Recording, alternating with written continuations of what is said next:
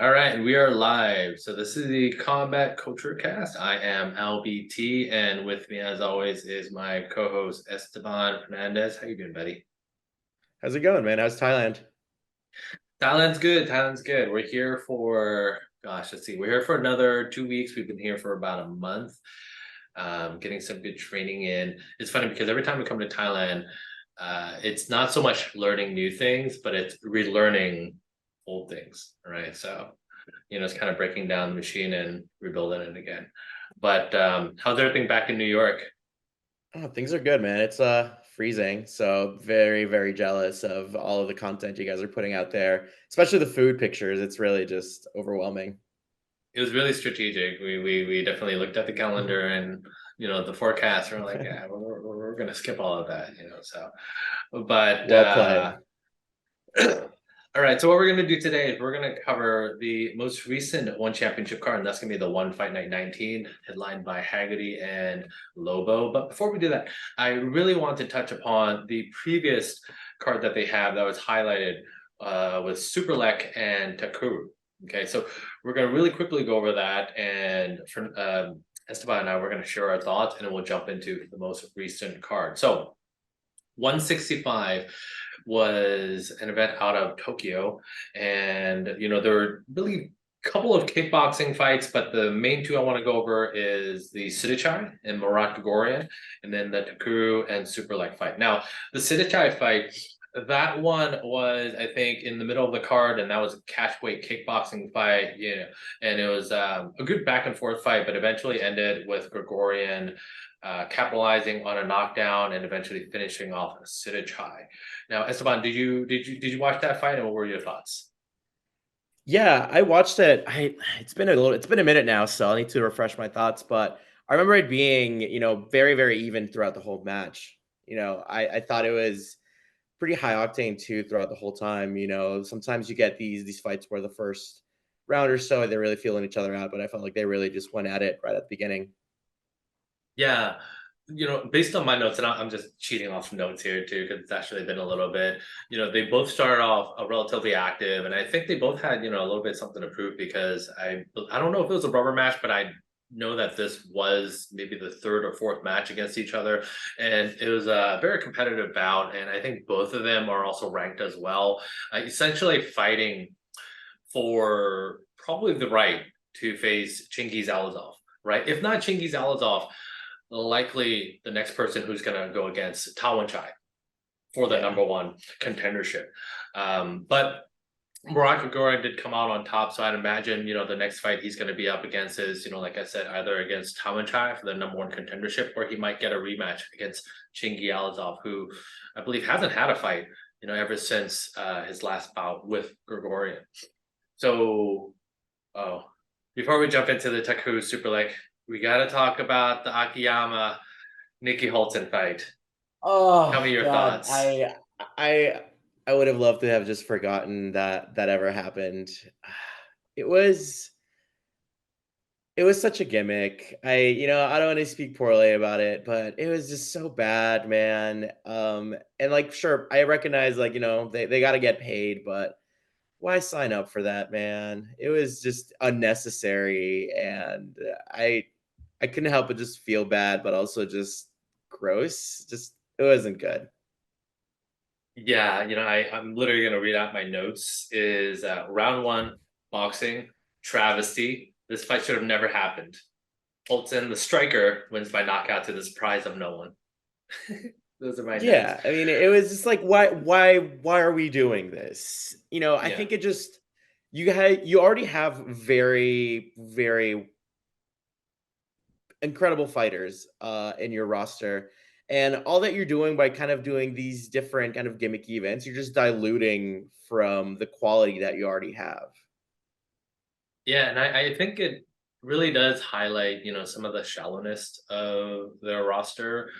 Um, Akiyama has always been MMA fighter. I mean, he has decent striking, but I mean, his bread and butter is, grappling. Whereas Holtzen is a very decorated striker. And I understand the intrigue of the special rules fight where it's, first round boxing, second round kickboxing, third round MMA. But the problem with that is that it's always going to lean heavily towards one or the other. They're fun to watch, but in some examples, some cases like this one, it can go really wrong. I think a good example is the Mighty Mouse Rodtang. But Mighty Mouse, even though he is more of an MMA fighter, he's an incredible striker, right? So I think he's more of an anomaly. It was just really, it was hard to watch, Akiyama, even just a couple of seconds into the first round, just seemed like a fish out of water. You just knew that he was in for a bad night. And I think you're right. Like, maybe I was a little bit too harsh with the special rules fights, but I think what really made this one particularly poor was it was just such a heavy mismatch. There was no way that this was ever going to be a competitive fight whatsoever. Yeah. And I found it very hard to believe that this was ever going to make it to the third round, being that the first 2 rounds are very striker heavy with one of the most decorated strikers of all time. But it is what it is. Credit to both fighters, right? So moving on to the last fight here before we jump into the one fight night is the super leg Takeru fight. Without really getting into all the different highlights of the fight, I think the main takeaway was that super leg had a game plan, and that was to adjust, and that was to attack the legs. You saw in the aftermath that it paid off. It seemed like Takeru for the most part was had tunnel vision the whole time. It seemed like his main goal was to get inside, attack the body primarily with his hands, and Superlek just had an answer.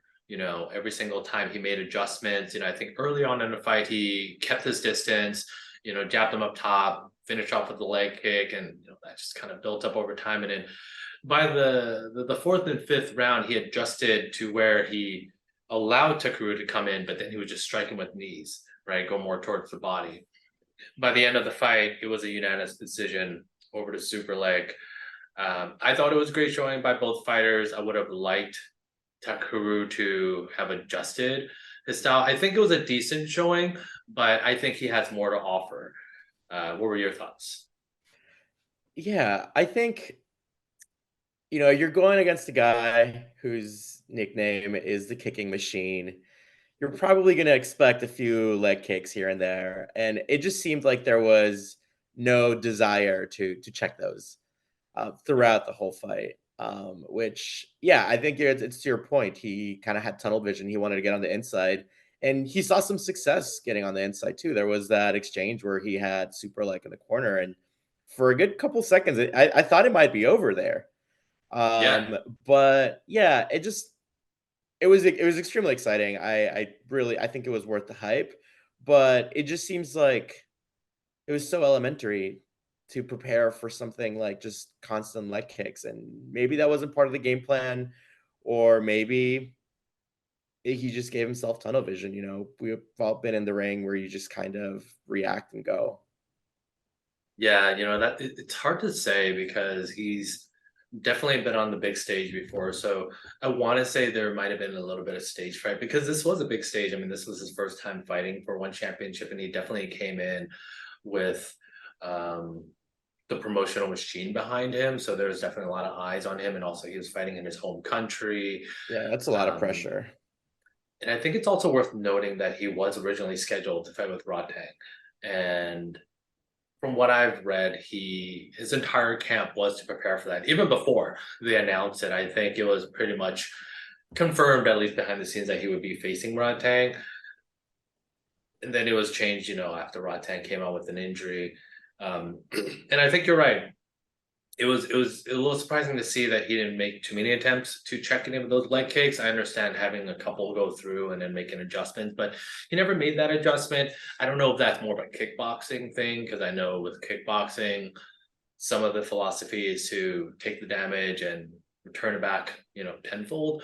But this, hopefully, I think this was a good fight for him to, review and then go back to the drawing board. And I'd imagine there's going to be rematch with Superlek down the line, or maybe even I'd hope so. for fight with Rodtang, right? So, I don't think this is gonna be the last we'll see with Superlek. And I think, all things aside, I thought he had a pretty good showing, especially after the fight where, he did come off as a very sympathetic fighter, especially in his home country. So I would call it a success, even though, the hometown guy didn't win. I think it was a good card either way. Yeah, you don't want to focus on like the quote unquote moral victory, but I think it was a lot of that. He showed a lot of heart. You saw his leg after the fight that was destroyed. It was that Oh picture yes, still haunts me, man. It was so hamburger gruesome. meat. Yeah. Yeah, it was just awful. So, the fact that he, went all the whole fight, and it wasn't like he didn't just take a beating, he had his moments as well. So I think Yeah. it was a strong showing and and you made a really good, exciting fight. So Yeah. can't And really complain there. the most exciting part of the fight was when he had that flurry. I think it was like in round 3, and that was definitely the most exciting part of the fight when he had super leg crunched over. And imagine, I mean, I'm sure there's an alternate universe where he finished off super leg, right? And you and I are probably talking about that. All right, so jumping into the most recent card, and that was the One Fight Night 19, headlined by Haggerty and Lobo. We start off the night with a strawweight Muay Thai fight between Thongpoon and Timur Chuikov. This was a very short fight. Thongpoon came out strong and knocked, Chuikov down in the first round, followed up with the second round immediately, and then eventually finished it with a flurry within 90 seconds of the first round. So the thug man himself, Thongpoon. What are your thoughts on that first fight? I saw Chuikov. I was reading. He's just 21. So he's a pretty young guy, and I think that was his one championship debut. So I think Thongpoon is a he has really heavy hands. He Yeah. hits hard as hell. So I think when you combine that, maybe the general lack of experience, and I think just the lighter gloves got to him.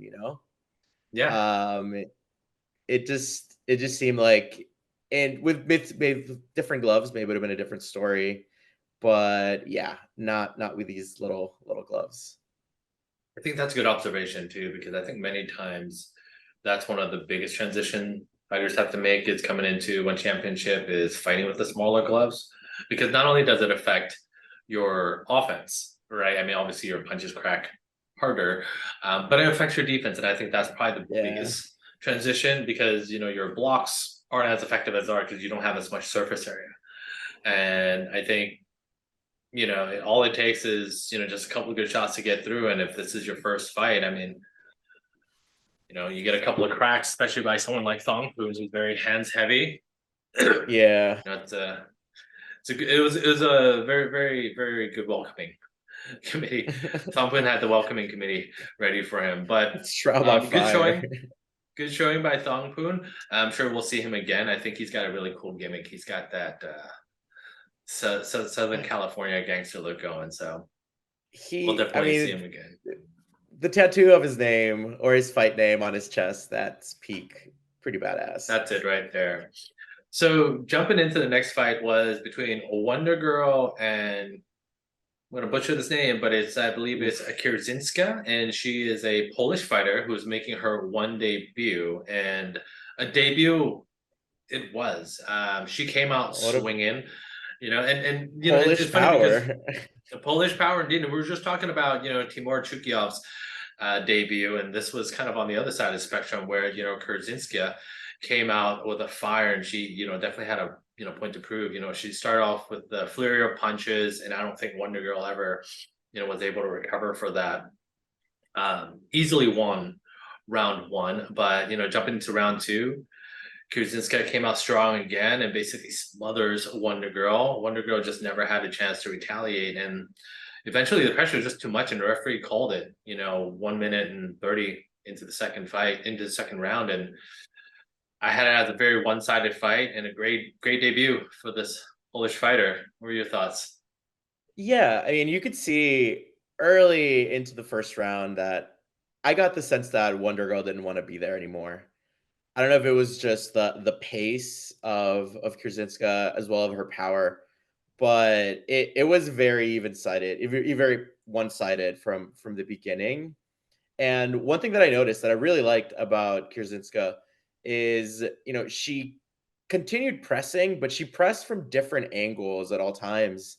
And also, you saw that she would change levels, go with her hands, then end with a low kick. She was very, very creative, very, very solid, and it was just really difficult to read what's coming your way in this like very diversified flurry just coming at you. Yeah, no, it's definitely a very good debut, and she's a great addition to the women's roster. I'd be, definitely be keeping my eyes on her to see as she, continues to progress. And, I would imagine, somewhere down the line, she'll probably have a, title fight. And I think she's going to be in the same, I think she is in the same weight class as Smilia Sandel. So, it'll be interesting to see if the two are going to, butt heads later on down the road. That'd be a So fun one to watch. moving on to our next fight is one of the more anticipated fights of the night, and that was This is such a between good fight.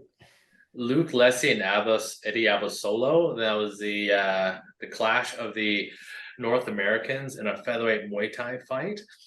And before we jump into the fight in itself, how much do you know about both fighters? I've seen him quite a bit. Eddie Abasolo, when I started Muay Thai a few years ago, one of my coaches, we were always talking about like, hey, like if there are any fighters that you recommend me following or just kind of keeping an eye on. And funny enough, we'll talk about two of them today, which was Nikki Holzking and also Eddie Abasolo. And yeah, he's just incredible. What I loved about both him and Luke Lessei was, you ever have a really good sparring day and you're really feeling yourself and you're like, oh man, this is going great. And then you look at the video of the session and you're just like, damn, that's how I look. I look so stiff and terrible. These guys are the complete opposite. They're just dynamic, fluid, make everything look so effortless, and they're just a joy to watch. Yeah, no, I think fluid is definitely the term I use for the both of them. Eddie Abasolo, his nickname is, Eddie Smooth Abasolo, and I think, he definitely lives up to that name. Luke is very, very elusive, and he flows really well. He's And I very think crafty.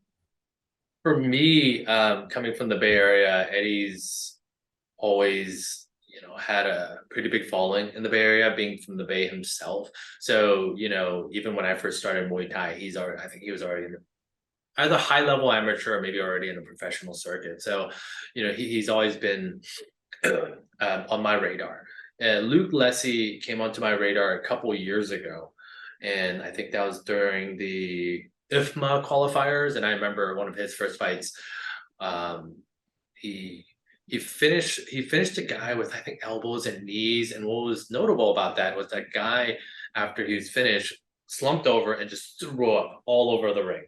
And I was like, holy crap. And that was interesting too, because that same tournament Eddie was in, and everyone was saying, oh my God, Eddie's going to end up fighting with Luke Lessei. This is going to be incredible. But, it just didn't end up that way. I think Eddie lost his fight on points. But, here we are a couple years later down the line. I think, let's see here. I think our time's going to run out soon. So how much time? We have about 10 minutes. Okay, cool. So having said that, this was a fight a long time in the making. So jumping into the fight, I think the first round, from what I observed, was very Thai style. It almost seemed as if they were doing some friendly sparring, right? I think they're feeling each other out. I mean, their styles definitely mirrored one another.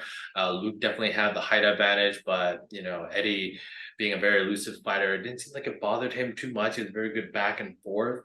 I didn't see a clear winner in the first round. Round two is where the action picked up, and started off. Luke started with a knockdown. I think it was like a right hook, or maybe it was like a right cross hook and right to the temple. Got Eddie down, and then Luke was taking some very calculated shots, but Eddie came back with a straight right to knock down Luke to even off the scorecards here. Now round three is when action really picked up. I thought it was a very active third round. Eddie was coming in with a lot of pressure, but Luke, didn't back down too. And then it got into a very close inside fight with Luke coming in with a fear of elbows, Eddie using his head movement. I think at the very end, Luke pushed a lot harder with another flurry to end the round 3, and then eventually Luke won with a split decision. You know, a very close fight. I thought it was a very good showing. Both of them represented American Muay Thai at a very high level. And I'm sure we'll be seeing the both of them again. But, you know, this was a well-earned victory for Luke, and I think we're definitely going to see Eddie again. What are your closing thoughts on that, Esteban? You know, I was looking at my notes of the third round and I wrote, "Holy crap, crazy ending." Yeah. Because it really was. But no, it was a super close fight. I think it could have gone either way, but maybe like I could see how, Lessei did enough to win that one. I really wish it had been more than two, like to at least like one or two more rounds to continue watching that, because it was really just picking up. But no, it was incredible, and I'd love to see these guys fight again. They're just a joy to watch. Yeah, and I think that's something Luke picked up from his last fight, because it was pretty much the same trajectory with Luke in his last fight, is that he really started picking things up in round 2 and 3 against Smoking Joe. And I think we were talking about that in our previous podcast, that if it had gone any longer, it could have gone the other way, because it seemed like by the end of round 3 in his fight against Smoking Joe, Luke was starting to find his groove and, really starting to pick up momentum. And I think he learned from that, being that this is a much shorter fight.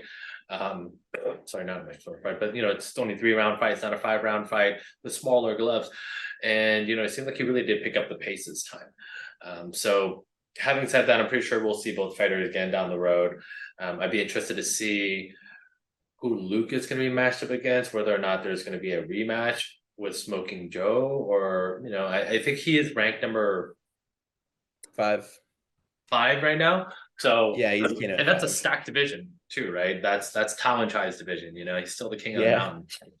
mountain. So I would say that's probably one of the most stacked divisions, aside from the bantamweight, which we're going to talk about a little later. Okay. So moving on here was a lightweight Muay Thai fight, and this was with Nolan, one of Haggerty's teammates, against Nauzet Trujillo. And what I had noted down in round 1 was Nolan looking jacked. Looking That dude's jacked. huge. That dude's freaking massive. And it's crazy because he fought with Eddie in Eddie's debut fight, and I was like, how the hell am I in the same weight class? What are they feeding this guy? He's a big boy. But Niam came off, coming off strong and heavy with the kicks. Seemed like Trujillo was having trouble getting offense in. I mean, there was a weight discrepancy, and that's pretty much all round 1 was really Niam just pushing his weight around, using his length. Now, round 2 is when things changed a little bit. Trujillo came in with a step-in elbow that knocked down Nolan within first minute of the second round. And it might have broken Nolan's nose, because it seemed like it was impacting his performance. It was leaking quite a bit right after that. I mean, it was a nasty elbow. Yeah, he was definitely leaking, and definitely slowed his pace down afterwards. And it seemed like he was in survival mode, just trying to get through the round to get that looked at. I have noted down round 3 that Nolan's nose may have been broken, because he definitely slowed down. Seems like he was trying to do a little bit more scoring, but nothing significant. And then Trujillo ended up winning by unanimous decision. Yeah, great fight. And then right after that, we had a rematch, and this was between Saemapetch and Mohamed Rabah. And we had actually talked about this in our previous podcast, and there was a bit of controversy, because the way the last fight ended was both fighters had a knockdown on each, and then it was Rabah who knocked down Saemapetch and then came in with a knee that actually connected. And that's something I noted down, that knee connected on a down Saemapetch. So this was a rematch, and Saemapetch definitely had that in his back pocket. Like, he knew he took that personally. He took that personally, and he came out right away, knocked down Rabah in the first 45 seconds, and followed up with a second knockdown right away, I believe with a straight 1-2, and then eventually finished him off with a flurry. That was a TKO, and that was it. Round 1 came back with a vengeance, and Saemapetch walked away with the TKO victory. Rabah did come afterwards on social media and said that he gave credit to where credit's due, but he also said that he wasn't feeling well the day before, so take that for what it's worth. But Do you think we'll be seeing a rubber match between the two, or do you think this was a pretty decisive It finish? felt pretty decisive. I mean, I think it ended in what, like under 2 minutes. I think, yeah, there's no need to run this back. I think they can just go on their merry way now. All right, and moving on to the main event of the fight was the Bantamweight Championship fight between Jonathan Haggerty and Felipe Lobo. This fight had a bit of bad blood coming into it because what happened was when Haggerty won his last fight for the kickboxing championship, there was a little bit of trash talk between him and Lobo. So both fighters coming in with something to prove, and the action started off right away with a very active first round. Haggerty coming in hot with a lot of offense, and Lobo with counters ready. Lobo did have a really good flurry that actually brought Haggerty down, and I gotta say I was definitely a little bit concerned for Haggerty near the end of round one. In a round two, Haggerty showed the heart of a champion. He definitely came back swinging with a really strong flurry. A couple of times actually had Lobo staggering, but Lobo wasn't backing down, and eventually it was just a little bit too much. Lobo ended up going down. Had a pretty good recovery, but wasn't enough to win the round. I definitely had Haggerty winning round two. Now, round three came around and Haggerty came off strong, looking for the finish. He wasn't going into the championship rounds. Eventually knocked down Lobo, had him staggered. Referee saw he needed to see, and Haggerty ended up winning with a TKO. So before we get into the post-match stuff, what were your thoughts, Esteban, on this championship fight? It delivered. It absolutely delivered. I thought it was really exciting. One thing that struck me as interesting was at times it felt a lot like a boxing match. Especially going into the second round, like you could tell that they were really just trying to knock each other out. They were not they're swinging for the fences for every single one of their punches. So it was very exciting to watch. But yeah, I thought it was interesting because Felipe Lobo has very, very strong hands, and so does Haggerty. But I would figure you're going against the guy that they call the demolition man. You probably want to keep your distance a little bit, maybe work your kicks, work your teeps, which Haggerty normally does. He has that like very explosive teep that he's highlighted throughout a lot of his fights. So I was a little bit surprised that I did not see one of those come out. And he instead decided to just kind of brawl with him. And, he ended up coming out on top. So much power to him. Yeah, I think that's a really good point too. And you oftentimes see that in MMA when there's bad blood between two fighters, it just turns into a boxing match, right? They're just They just slugging want it to go out, at it. neither man backing down. But it makes for a very entertaining fight. And to Haggerty's credit, he stood in there and banged with somebody with notoriously good hands, and came out the victor. And I think by the end of it, definitely proved himself as a worthy champion. And that leads to question: who's going to be the next person? That's going to be facing Haggerty for both of his titles. Now, at the end of the fight, he mentioned that he wanted to go for the trifecta and challenge. Is it Adrian Morales or Fabricio Andrade? I don't I remember, think it was but Morales. I don't is remember either. Morales? Yeah, don't quote me on it. Yeah. For the bantamweight MMA championship, he wants that third title. But here's the thing. I mean, he's got two very worthy contenders for both of his titles. I think on the Muay Thai side, he's got Nico. Is it Nico Corelli? Is it Nico Corelli? Carrillo. Yeah, Carrillo, the Scottish kid, Yeah, who's yeah. been having an excellent Terrifying showing. I mean, human. Ugh. terrifying. I mean, his last fight, he beat Nango in a very decisive fashion, right? So I think he's definitely worthy of that championship. He could probably give Haggerty a run for his money. And also on the kickboxing side, he is God. I'm gonna have to look up his name here, but essentially the person that Akimoto. Akimoto. I think Akimoto is definitely due for an opportunity to fight, for his former kickboxing champion. And, I would imagine Pethanon is probably somewhere in that conversation as well, right? So, you know, he's definitely got a lot of suitors. You know, Saemapetch, you know, had a really good showing early on in the day. So, you know, he's definitely got a lot of suitors, and it'd be interesting to see who Chachi decides to match Haggerty up against. Who would you like to see Haggerty fight next? Man, all these would be really good. I think maybe like an all British showdown between Nico Carrillo and Jonathan Haggerty would be really fun to watch, just because Nico's just so good. He's so good, and he's so young, and he has, yeah. I think that would be a really fun matchup.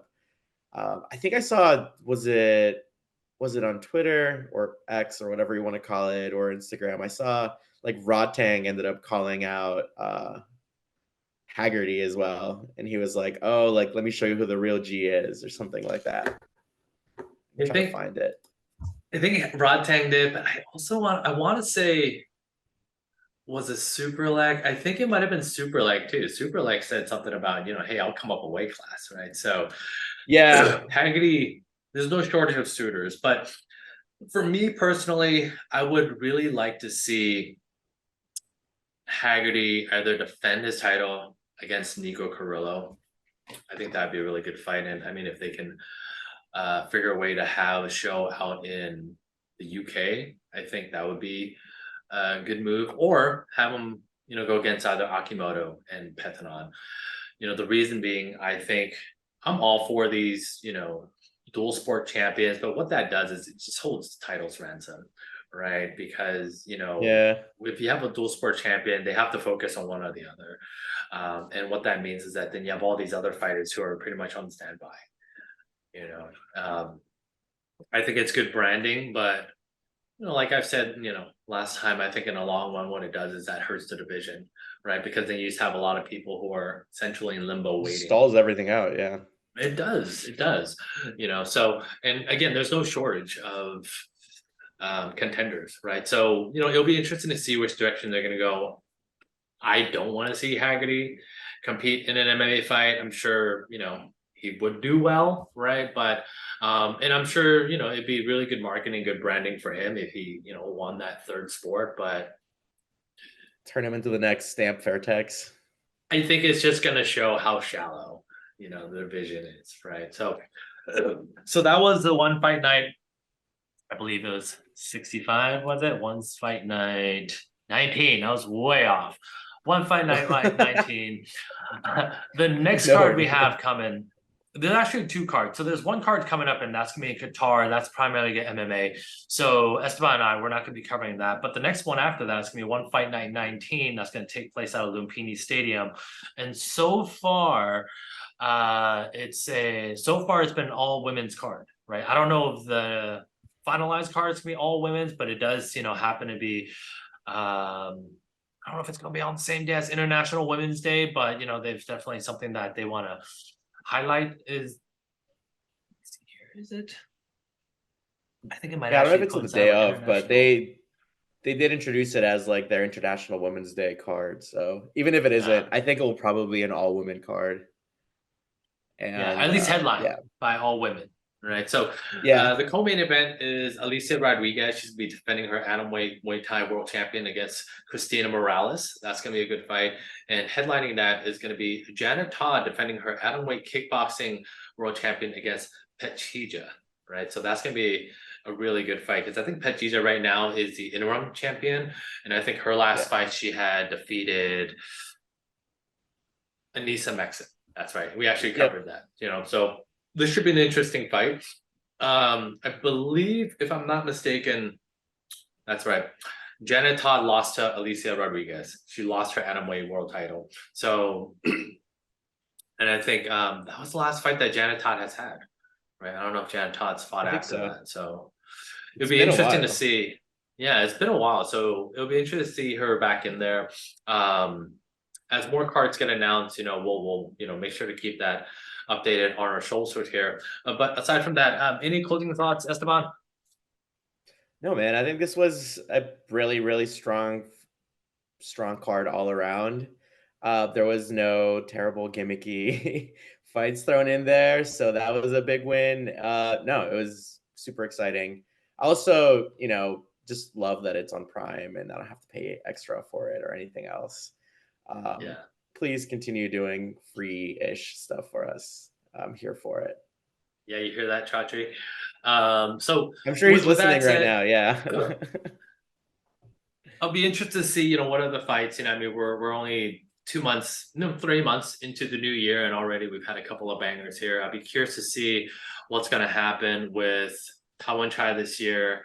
I'd imagine Superbond's probably going to have a fight lineup. Namo is actually going to be fighting in the Qatar card, so we'll probably touch on that when we cover the one night 20, and hopefully we'll see Takuru back in there and Superlek and some of the other rising stars. But with that said, Esteban and I will be back around the beginning of March, and we'll be covering the One Fight Night 20, headlined by Janet Todd and Petchija.